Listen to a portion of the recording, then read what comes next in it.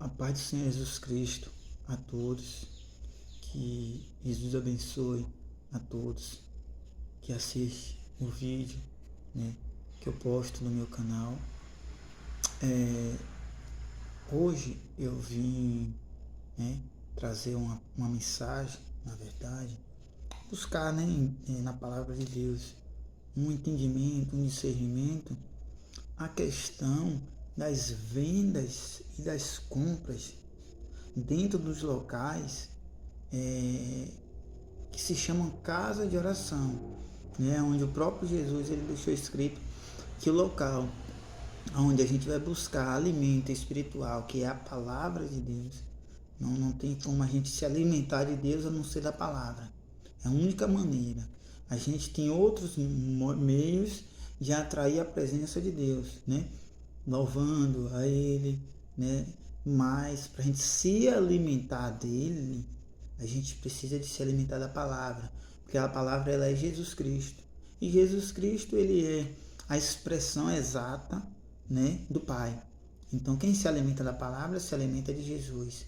Quem recebe Jesus recebe o Pai, Então, em Mateus, no capítulo 21, a partir do versículo 12, diz assim: tendo Jesus entrado no templo, expulsou todos os que ali vendiam e compravam.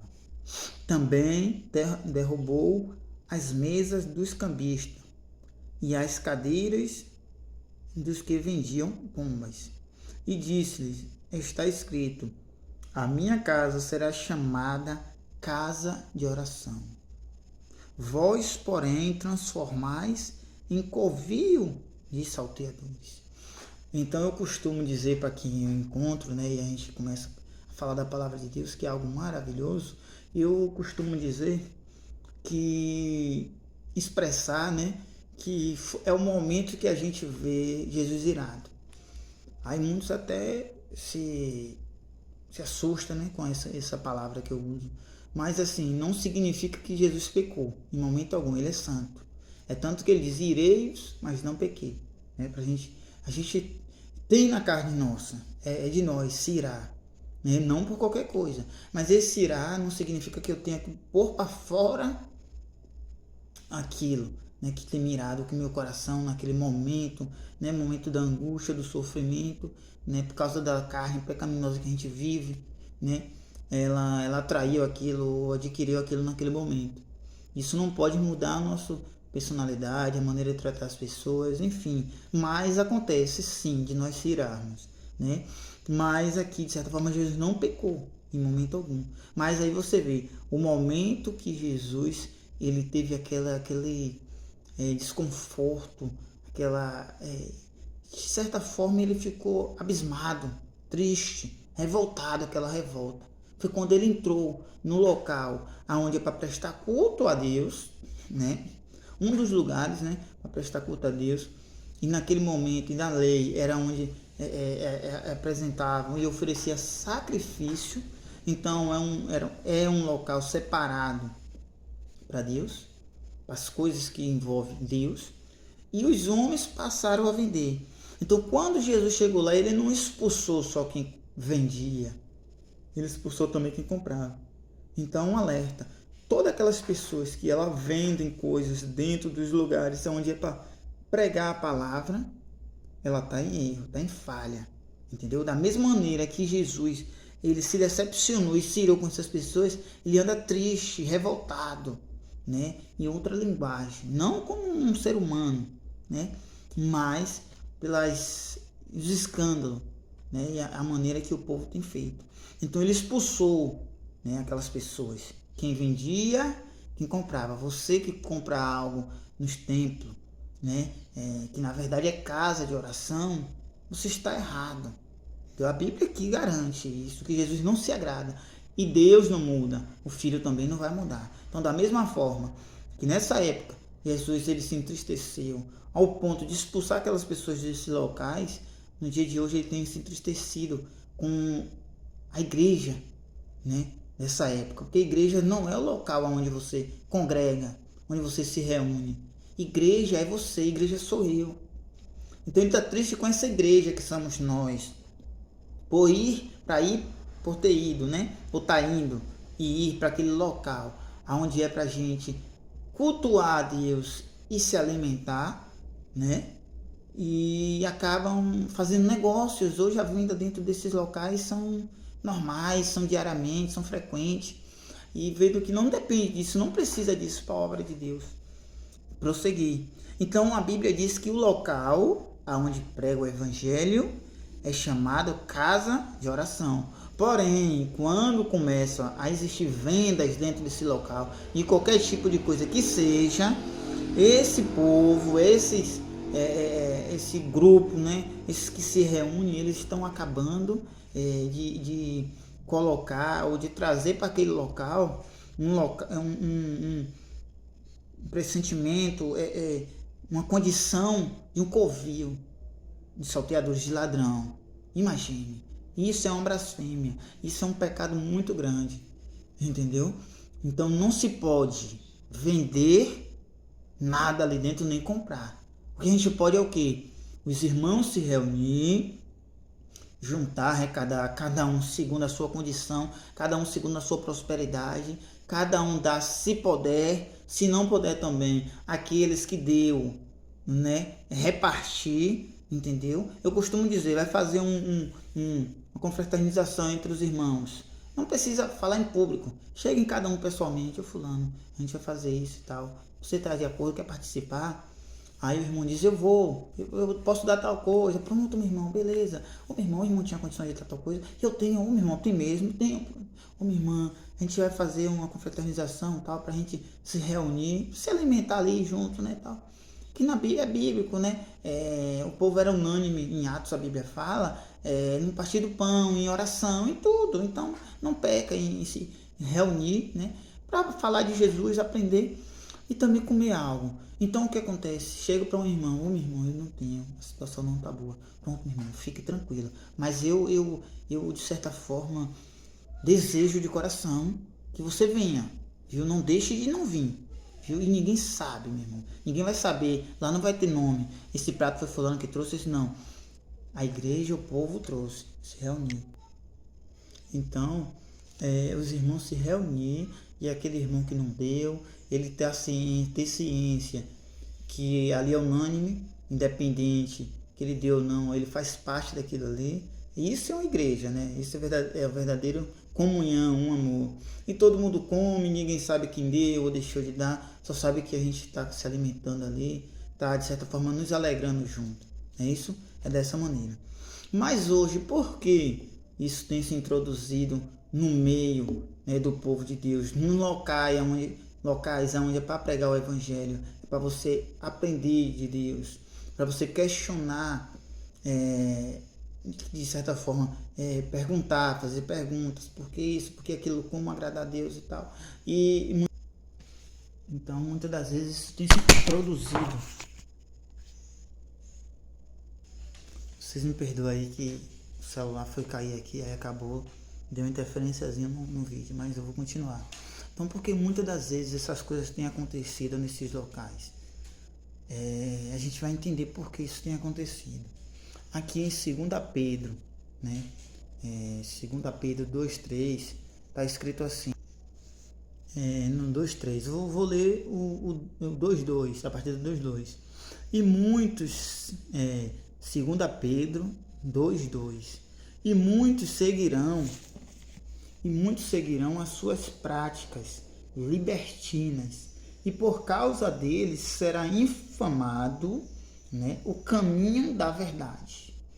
Quer dizer, por causa dessas pessoas, o caminho da verdade vai ser infamado, vai ser blasfemado, né? Hoje a gente vê que as pessoas, elas criticam, elas dizem, eu vou para a igreja para dar dinheiro, para isso e aquilo. Por quê? Porque elas sabem que dentro daqueles locais há vendas, entendeu? Então começam a blasfemar, porque eles sabem, por mais que eles não seguem, que Jesus Cristo veio a esse mundo e não cobrou dinheiro, não questionou dinheiro, não veio na intenção de arrecadar dinheiro. Ao contrário, ele veio salvar a alma do ser humano. É tanto que ele diz que o filho do homem não tem onde reclinar a cabeça, né? Que os animais, né? Os pássaros tinham ninhos, as ovelhas covis, mas o filho do homem não tinha onde reclinar a cabeça aqui neste mundo.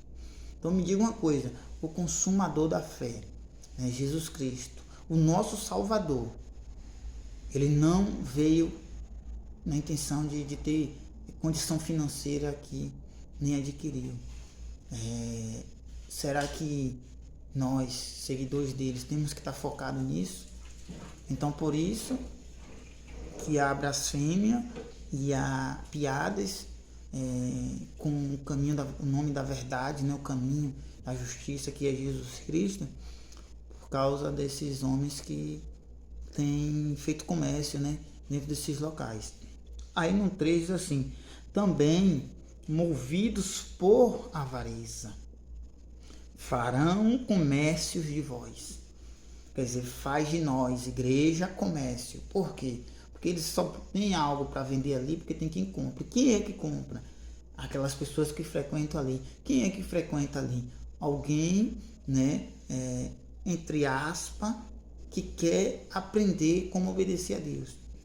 Por que eu falei entre aspas? Porque tem pessoas que, até em outro momento ou em outro vídeo eu vou citar isso, pessoas que vão para esses locais porque há um marketing, né, de que você está lá dentro e obedecer tudo que aquele pastor fala, você adquire condição financeira, né, riqueza financeira. Então, em outro momento eu vou falar mais disso, né, que não é bíblico. Tanto, para ser sincero, você vê que Jesus, né, o consumador da fé, sem Jesus ninguém vai a Deus, nenhum de nós. Então ele disse que ele não tinha onde reclinar a cabeça. Agora imagine, né, o que é que, de certa forma, que esses homens estão falando, né? Gente, o alvo não é a sua condição financeira, e sim a tua condição espiritual, teu coração humilde, quebrantado, e a tua confiança totalmente em Jesus Cristo. Então eles também movidos por avareza, ganância, apego ao dinheiro, farão de vós negócios, né, comércio, com palavras fictícias para eles, o juízo lavrado há longo tempo, não tarda, e a sua destruição não dorme.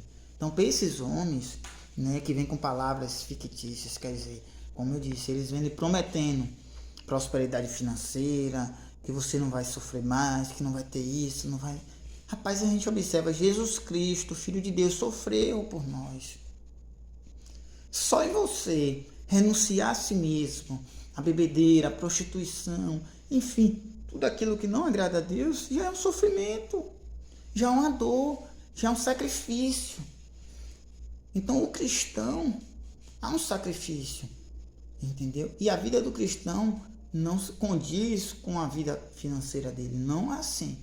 A vida do cristão condiz com a santidade da qual ele vive, né? Do sacrifício diariamente, do culto racional que ele oferece a Deus, que é o que? A nossa santidade. Então, por avareza, né, em 2 Pedro 2,3 diz que farão, né, de nós negócio. Mas agora, aqui em 1 Timóteo 5,18, fala também, né?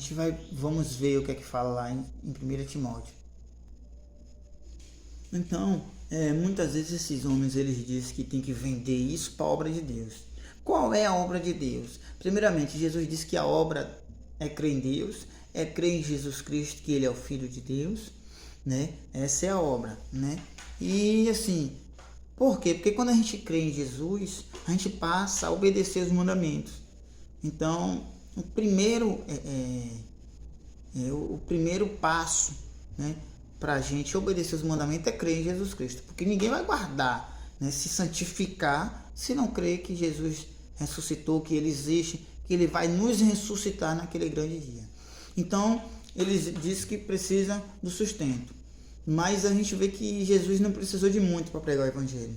E ele é o bom pastor, ele é o exemplo. Ele é um fundamento. Se alguém fugir daquele fundamento, está fora. Então, se Jesus, que é o fundamento, ele seguiu aquele padrão.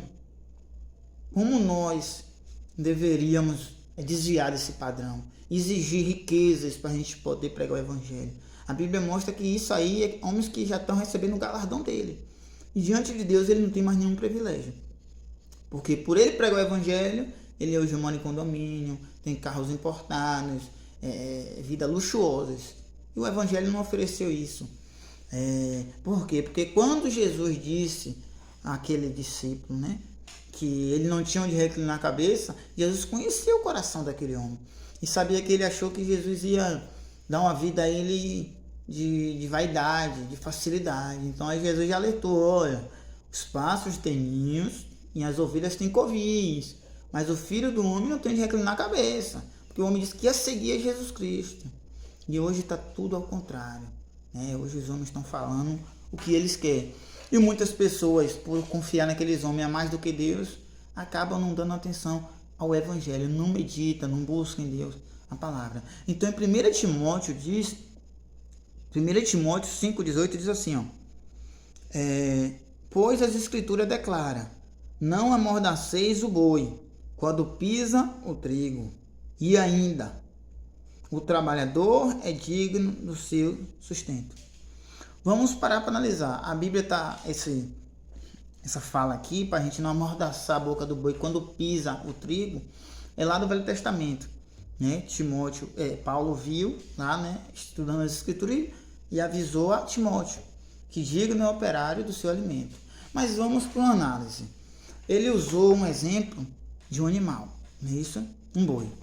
Me diz uma coisa: quando esse boi ele trabalhava em pisar o trigo, né, ou qualquer outro animal carregando algum tipo de coisa, ele se alimenta daquilo ali. Mas você não vê aquele animal fazendo a trouxinha dele, né? Ou se não, assim, vamos colocar, tirou 10 sacos de trigo. Aí o animal pegou assim os 10 sacos, botou nas costas e levou o que era dele. Não desiste isso. Ao contrário, o salário dele é aquele que ele comeu.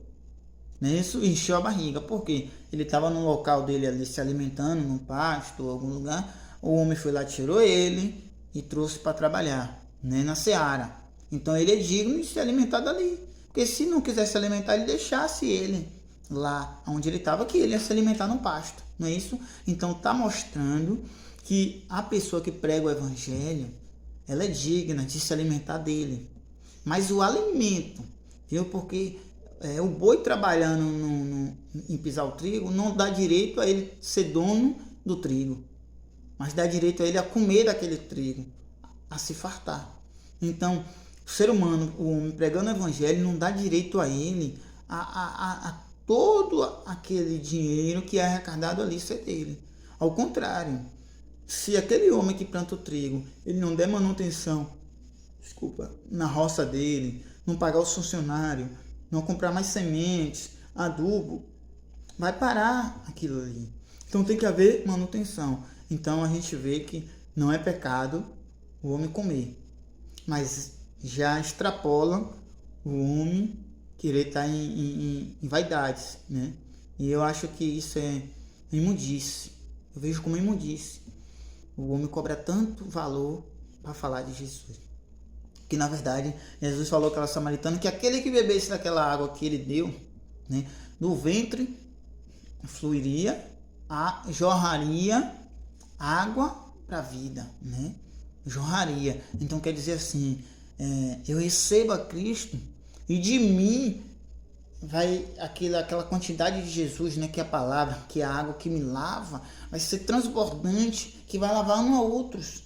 Então assim, ele está dizendo que aquela pessoa que recebe a ele vai anunciar a outros, vai demonstrar a outros, como ele falou assim, vocês são a luz do mundo, o sal da terra. Então você vai salgar outros, você vai clarear, vai iluminar a vida de outro. A motivação não é o dinheiro para pregar o evangelho, a motivação é ter Jesus na vida, é receber Cristo.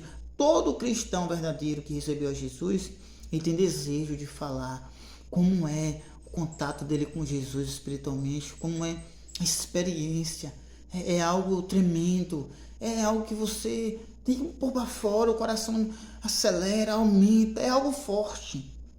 Então ele não vai ser motivado assim, fulano não vai me pagar, não vou falar, não. Ele tem prazer de falar do evangelho, de pregar o evangelho, de socorrer os necessitados. Então a Bíblia fala que digno é o operário do alimento, entendeu? Ou eu preciso evangelizar daqui a 400 quilômetros, 500, 1000, não sei. Eu não tenho condições de ir de pé, né? Eu não tenho um transporte, pronto. É digno, pronto, de ter uma condição para pregar o evangelho, pronto. Um transporte. Agora, não que eu tenha que estar em um carro luxuoso, precisa disso para quê? Um carro simples, que tenha condição de eu ir e voltar, entendeu? E também aquele carro, ele seja útil para socorrer a um irmão, a um conhecido, a um próximo, enfim, para ajudar também. É dessa forma que eu acredito, né?